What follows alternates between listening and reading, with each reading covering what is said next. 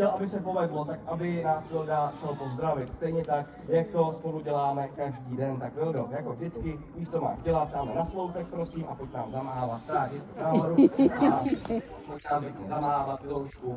Tak, a pozdrav. Ahoj. Tak to bylo hodně rychlý, teda zkusíme to ještě na druhé straně, protože tomu asi moc nevídeme. Teda uvidíme, jak to bude tady, protože někdy je to taková rychlost. Vstupy, tak v přírodě, nech mi ty boty, Vildo, vstupy v přírodě, tak velmi často a rádi chodí po zemi, protože oni vědí, že na se...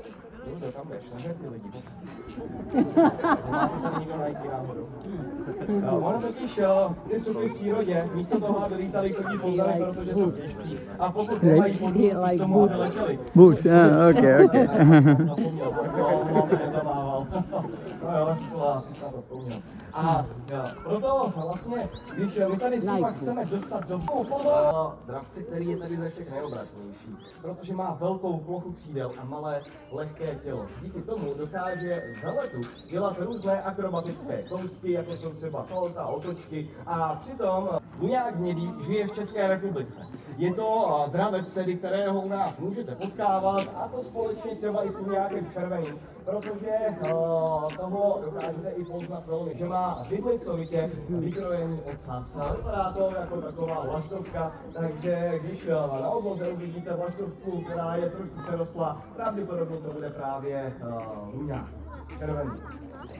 Chtěl bych vám představit, ale ještě jedno už letí. Prosím, je to velmi nízko, pořádný úklon. Krásný, tady to bylo perfektní, moc krát děkuji. A já si myslím, že to můžeme vyzkoušet ještě do třetice všeho dobrého tamhle na kraji, aby vám to nebylo líto samozřejmě. Tak jo, ještě jednou prosím do zádu, dokáží krásně kroužit, takže vidět mořského orla létat, tak je opravdu krásná věc, což uvidíme si, ale dneska nám tady třeba nějaké kroužení ukáže, ale ještě předtím snad se mi